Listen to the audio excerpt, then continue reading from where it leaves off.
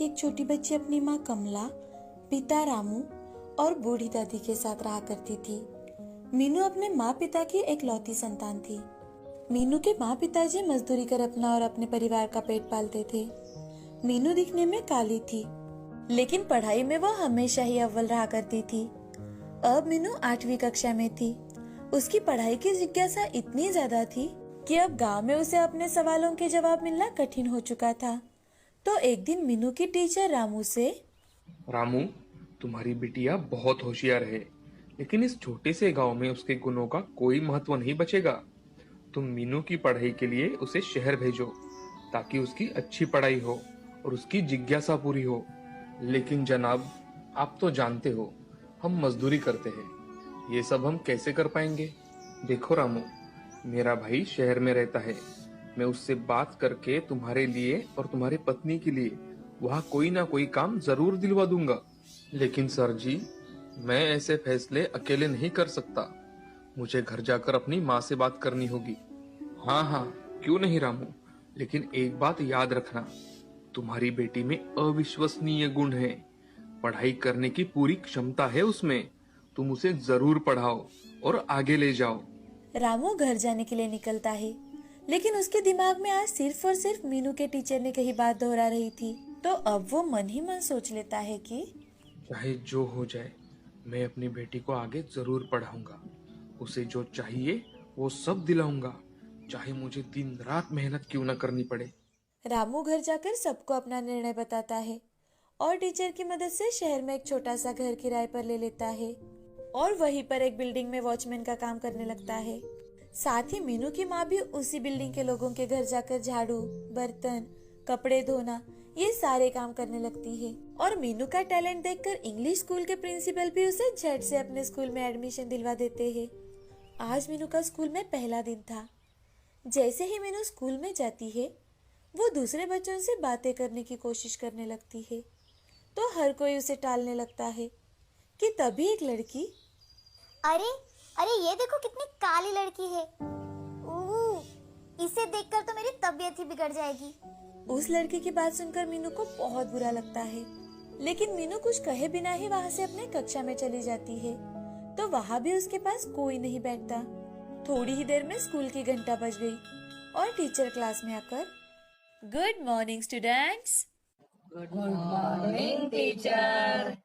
अब मीनू हर रोज स्कूल जाती और पढ़ाई करती, लेकिन जब भी टीचर कोई सवाल पूछती और मीनू जवाब देने के लिए हाथ ऊपर करती, तो मीनू की टीचर उसे देख अनदेखा कर देती और किसी और से जवाब पूछती थी।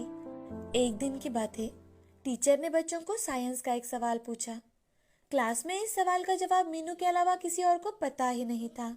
मीनू ने बड़े ही उत्साह के साथ अपना हाथ ऊपर उठाया कि तभी टीचर, किसी को नहीं आता जवाब? टीना, रघु, कोई नहीं जानता इस सवाल का जवाब? अरे बताओ। टीचर टीचर, मैं बताऊं? कोई जरूरत नहीं है। टीचर के ऐसे कहते ही मीनू उदास होकर चुपचाप अपने जगह बैठ जाती है कि तभी miss school of the year के कंपटीशन की नोटिस आती है। तो एक लड़का धीरे से, टीचर, इसमें तो मीनू को ही भाग लेना चाहिए ना। लड़के के ऐसे कहते ही सभी बच्चे तथा टीचर भी हंसने लगती है। अब मीनू दिन ब दिन उदास रहने लगी, तो उसका पढ़ाई पर असर होने लगा। ये देख रामू और कमला मीनू से, मीनू बिटिया, क्या हुआ? देखो बिटिया, हम तुम्हारे लिए ही तो शहर आए हैं ना। और हाँ, आजकल तुम पढ़ाई में बहुत पीछे पड़ रही हो। तुम्हारे टीचर का मुझे आज फोन आया था। वो कह रही थी कि अगर आपकी बच्ची को अगली एग्जाम में ऐसे ही मार्क्स मिले तो उसे हम वहाँ से निकाल देंगे। पापा पापा वो मीनू बोलते बोलते रुक जाती है, क्योंकि उसे पता था कि उसके माँ पिताजी उसके लिए कितनी मेहनत करते हैं।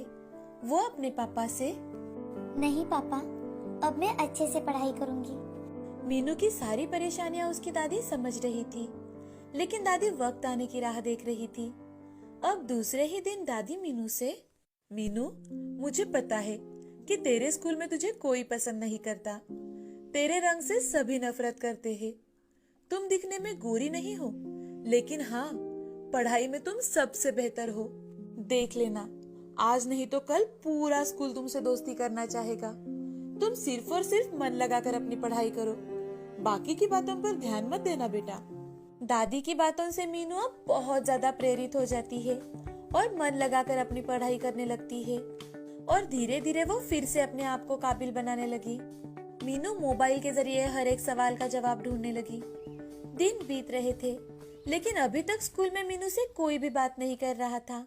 ऐसे ही एक दिन क्लास में एक नोटिस आती है, स्टेट लेवल पर क्विज कंपटीशन होने वाला है, तो स्कूल से सबसे होशियार बच्चे को ही भेजा जाएगा। जो भी इस कंपटीशन में पार्टिसिपेट करना चाहता हो वो स्कूल के बाद हॉल में आ जाए। ये नोटिस सुनते ही मीनू बहुत ज्यादा खुश हो जाती है और स्कूल के बाद हॉल में पहुंच जाती है।